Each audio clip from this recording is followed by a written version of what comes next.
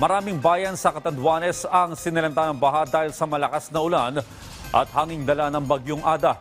Ang detalye sa report ni Jaico Cruz. Balisana ang mga residenteng ito sa probinsya ng Catanduanes matapos pasukin ng baha ang kanilang bahay na nasa gilid lamang ng rumaragasang ilog. Resulta ang malakas na agos ng tubig sa Gigmogto, Catanduanes ng pagbara ng naganap na landslide sa daloy ng ilog, bunsod ng pananalasa ng bagyong Ada. Ganito rin ang sitwasyon sa Birac, Catanduanes kung saan makikitang pinasok na ng tubig baha ang ilang kabahayan sa lugar. Sa Birac pa rin, sumabay sa pag-ulan ang pagkasina ng isang tubo na ito na nagresulta ng gutter deep na taas ng tubig baha. Mataas na rin ang level ng ilog sa barangay Mabini sa Karamuran, Catanduanes.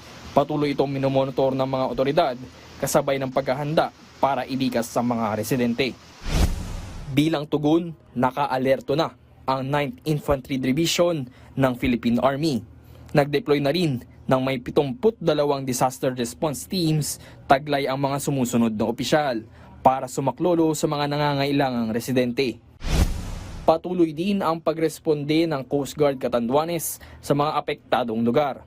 Nag-deploy na ng mga grupo na tututok sa search and rescue at humanitarian assistance, partikular sa mga residenteng stranded dulot ng pagbaha. Ayon sa pinakahuling tala, aabot na sa halos 900 pamilya o mahigit 3,000 katao ang nailikas na. Jaico Cruz para sa Pambansang TV sa Bagong Pilipinas.